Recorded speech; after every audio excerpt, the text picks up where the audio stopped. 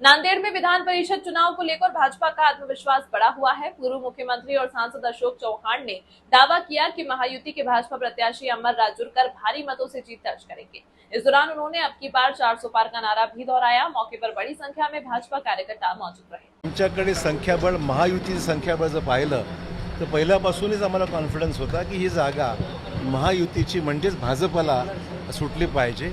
ज्या महाराष्ट्रामध्ये 17 जागा आहेत त्या 17 जागांपैकी ही जागा भाजपला सुटावी असं आमचा आग्रह होता, कारण आमची संख्याबळ आहे आणि महायुती एकत्र मिळून जर पाहिलं तर संख्याबळ चांगलं आहे। त्यामुळे मला खात्री आहे की महायुतीचे आणि भाजपचे आपले उमेदवार अमरनाथ राजूरकर चांगल्या मताधिक्याने या ठिकाणी निवडून येतील अशा प्रकारची परिस्थिती आहे। खबरदारीचा जो उमेदवार आहे त्याच्याबाबत संभ्रम आहे, कारण काँग्रेसचे उमेदवार त्यांनी माघार घेतली। रामदास पाटील यांनी सांगितलं वंचित बहुजन आघाडीच्या उमेदवाराला मतदान करा। असे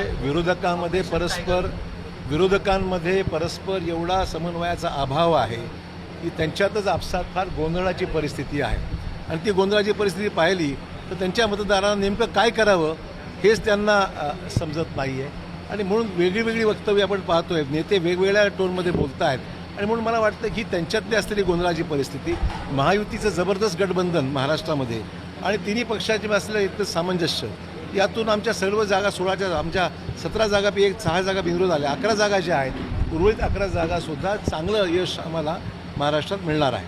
उद्धव ठाकरेंचं नेतृत्व कमी पडते का? कारण दुसऱ्यांदा शिवसेनेत होताना पाहायला मिळते।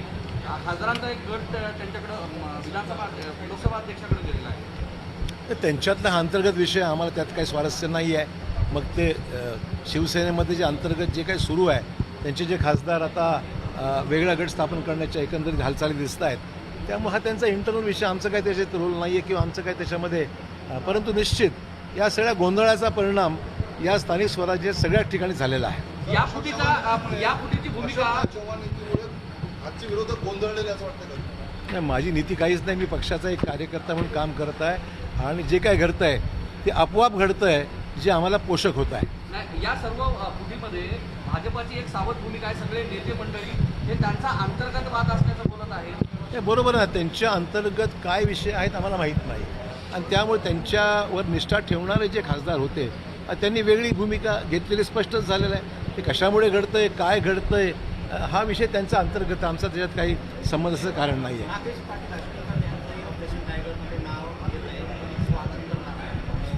नाही, युतीमध्ये आलं स्वागत आहे ना।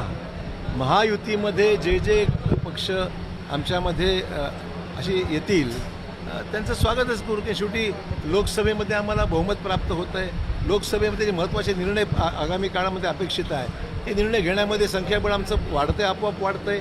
लोक हे विरोधकांच्या एकंदरीत सगळ्या या राजकीय ज्या घडामोडी घडत आहेत त्यामुळे वेगवेगळ्या राज्यात झालेल्या निवडणुका, त्या निवडणुकीचे आलेले परिणाम आणि त्याचा एकंदरीत परिणाम जो होतो आहे जनतेमध्ये आणि मतदारांमध्ये, ते पाहता मला वाटतं की त्यांना जाणीव आहे। म्हणजे TMCचा विषय असो, आपचा विषय असतो, सेनेचा विषय असतो, की जे काही घडतं हे त्यांना दिसतं की आता हे काही टिकणारं हे जहाज नाही आहे, बुडणारं जहाज आहे आणि त्यामुळे चव्हाण एक नॉन करप्ट पॉलिटिशियन म्हणून ओळखल्या जाते, त्यांचं वक्तव्य असं आहे की तुम्ही हे सगळं डिलिमिटेशनसाठी करत आहेत म्हणून। राजकारण प्रश्न डिलिमिटेड राजकारणाचा विषय आहे का? डिलिमिटेशन राज्यात करायचंच आहे, आपल्याला महिलांना आरक्षण द्यायचंच आहे, याच्यामध्ये काय राजकारण आहे? तर त्यांनी विरोधाला विरोध केला होता हे वास्तव आहे आणि त्यामुळे बिल पास होऊ शकलं नाही आहे।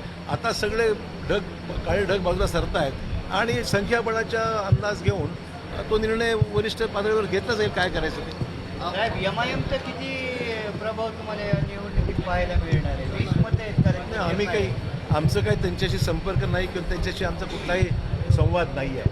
त्यामुळे त्यांनी सत्सद्विवेक बुद्धीला विचार करून ते निर्णय घ्यावा योग्य वाटेल तो। 300 प्लस होईल की 300-350 प्लस होईल? अब की बार 400 पार।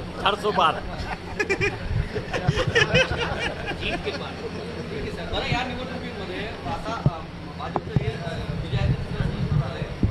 नांदेड जिल्ह्याकडं विधान परिषद झाल्यानंतर पालकत्व येणार आहे असं समजतं, काय समजत आहे? मला यातली काहीच माहीत नाही। ज्या गोष्टी मुख्यमंत्र्यांच्या अखत्यारीकेत असतात मी भाष्य करणं उचित नाही आहे। हा निर्णय वरिष्ठ पातळीवर जे योग्य ते घेतीलच।